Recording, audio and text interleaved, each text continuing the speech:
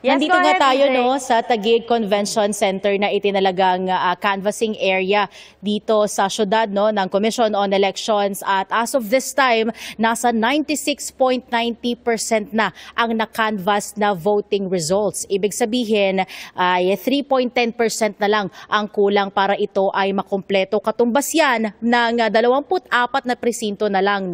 Out of the total 773 na bilang ng mga presinto ay 749 na yung nakuhanan ng voting results. Maris, itong Taguig City ang naging ika-6 na vote-rich city o yung syudad na may pinakamaraming botante sa bansa. At kasunod yan ng paglipat ng 10 EMBO barangays mula sa Makati. At kasunod din yan ay lumobo yung populasyon na dito sa syudad na ito na nasa 1.2 million na ngayon, at yung mga bilang ng mga botante ay mula sa 449,000 noong 2022, higit doble yan ngayon at nasa kasalukuyang 680,000. Maris, meron tayo nakuhang impormasyon na around 1 a.m. kanina nung magsimulang magsiuwian yung mga tao dito sa Taguig Convention Center, at ito unofficial pero around 11 a.m. daw ngayong umaga o mamayang umaga inaasahan o posibleng babalik or magre-resume yung pag-canvass dito sa Taguig Convention Center.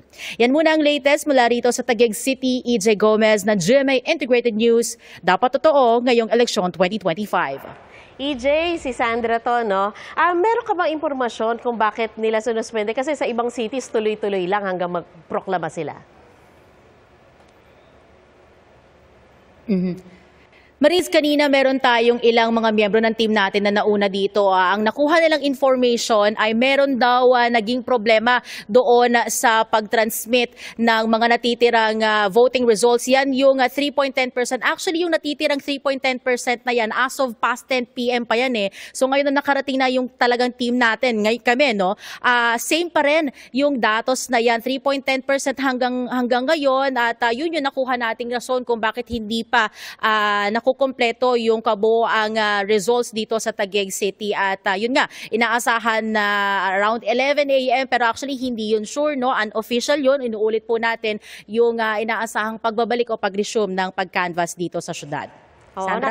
Nakikita natin ngayon yung resulta dyan, number 1 si Cayetano, number 2 si Rafica, at si Lico Dine. So sa mga pagko-cover mo dyan, yung mga taong nakakausap mo dyan, gaano katindi yung naging labanan dyan sa Taguig, EJ? Nako, kanina meron tayong mangilan-gilan na lang kasi hindi na natin naabutan yung talagang dagsa o dami ng tao dito. Kasi nga around 1 a.m. nagsimulang magsialisan yung mga tao. Nakarating tayo dito mga mag-aalas 2 na. Mangilan-gilan na din nakausap natin, pero nakita talaga natin na mula sila sa iba't ibang partido o iba't ibang mga kandidato. So from there we can actually see na talagang puyat at nag-aantay sila, nag-aabang doon sa mga magiging resulta ng mga ipinaglalaban nilang kandidato. Sandra? Abangan natin yan, although nakikita nga natin na medyo malaki yung lamang nung nangunguna, pero hindi pa naman tapos, ika nga, EJ. Maraming salamat sa iyo, EJ Gomez. Alright, humingi rin po tayo ng update sa Pasig na ika-8 sa mga vote-rich city sa buong Pilipinas. At nakabantay roon si Nico Wahe. Nako, Nico, dyan ako galing kahapon. Kumusta na ang bilangan dyan sa Pasig? Maris, magandang umaga. Ito medyo nag-usad pagong bahagya dahil may ibang mga ACMs na hindi nga nag-transmit electronically at kailangan ay manual ng dalhin dito at dito na i-transmit. 516 out of 590 na mga presinto pa lang yung mga nakapag-transmit. Medyo malapit na yun, Marisa, pero kasi kanina pa tayong 10:30, nasa 90% na yung natatransmit electronically or lahat ng naboto na dinadala dito. Nasa 90% na 10:30 pa lang. Pero anong oras na ba ngayon?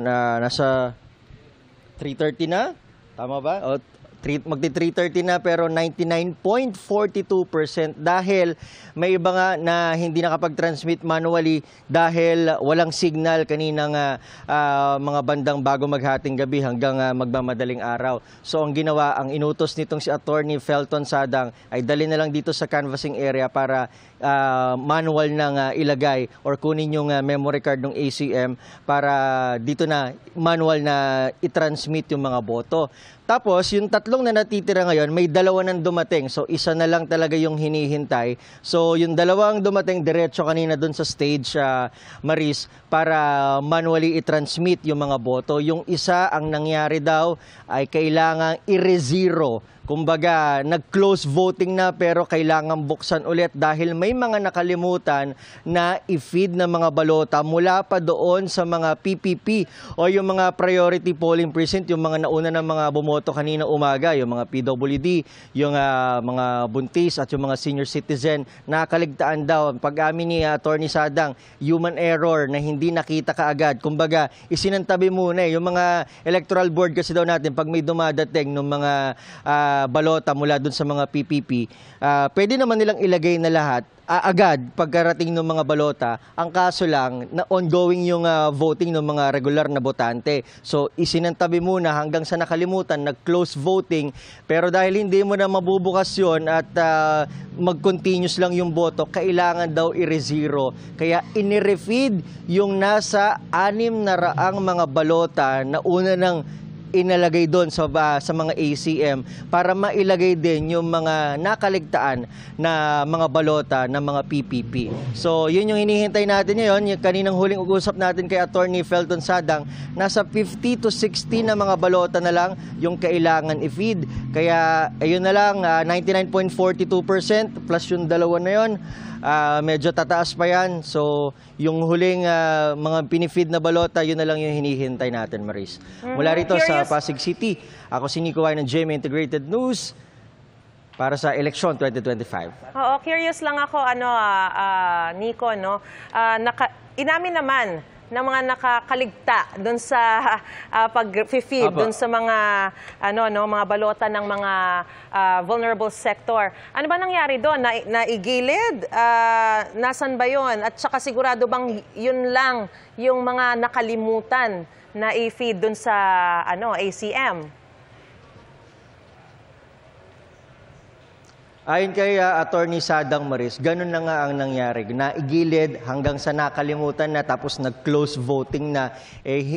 Hindi mabibilang yun kapag hindi natin ipinasok doon sa ACM. Pero hindi rin siya maipapasok kung kapag naka-close voting na. So kailangan daw talagang i-rezero at ulitin na lang yung 600 pang balota na i-refeed doon sa ACM natin para maisama rin yung mga PPP na yun. Nagsorry naman daw, talagang human error daw talaga ang nangyari. Siguro, sa tinding pagod na rin, kasi kahapon dyan sa Pasig, sa isang eskwelahan pa lang ako, napakainit, nakakadagdag talaga sa pagpapahirap yung tindi ng init. Tapos of course, alam naman natin na mga electoral board, yung mga guro natin talagang puyatan din yan. Pero gaano ba katagal ang magiging delay sa proseso ngayong kailangan nilang i-rezero o i-refeed nga itong mga balota na ito sa ACM at masiguro na talagang lahat na bilang, Nico? Kanina, Maris, ang bilang na lang daw ng kailangang i-refeed na balota ay nasa 50 to 60 na lang mula doon sa mahigit 600. Medyo marami-rami yun, Maris. Iba pa, kapag ayaw tanggapin ng mga iba pang mga balota, ibang tagal pa yon. So, sa ngayon, inaasahan na bago mag-alas 4, darating na rin itong isa-isang presinto na hinihintay na lang para mag 100% na ang transmission dito sa Pasig City. Nico, alam naman natin na talagang kailangan hintayin lahat, no? Pero so far, sa nakikita natin, malayo-layo na rin talaga yung lamang. Itong si Soto, kumpara dun sa sumunod sa kanya at sa pangatlo at pang-apat pa, talagang medyo malayong-malayo na. Meron ba tayong naririnig? Mga anong oras ang proklamasyon magaganap dyan sa Pasig? Maris, medyo gusto kasi ni Attorney Felton Sadang at ng iba pang City Board of Canvassers na ubusin na lang talaga yung mga ACM. Kanina meron nang nag-manifest ng motion for early proclamation itong kampo ni Congressman Romana Romulo. Para, kasi nga, malaki na yung kalamangan nila at saka ng iba pang mga nanalo eh. Ang kaso, ang nagiging rules daw kasi o yung proseso, kailangan pang ipaalam yon sa COMELEC mismo para aprubahan. Baka daw mas tumagal pa ang proseso kapag nagpaalam at maaprubahan kesa dun sa paghihintay ng ACM. So, hindi lang natin alam kung talagang ipinaalam na or kasi direct deny kanina nung nagkaroon ng manifest of motion dito sa kampo ni Congressman Romulo. So nangyari talagang hinintay na lang yung ACM. Hindi natin alam kung anong mas matagal talaga, kung nagpaalam muna para maaprobahan o itong paghihintay ng ACM. Pero ngayon 3:30 hindi pa tayo natatapos, pero iisa na lang naman. Maghintay na lang daw at lahat naman matyaga naghihintay.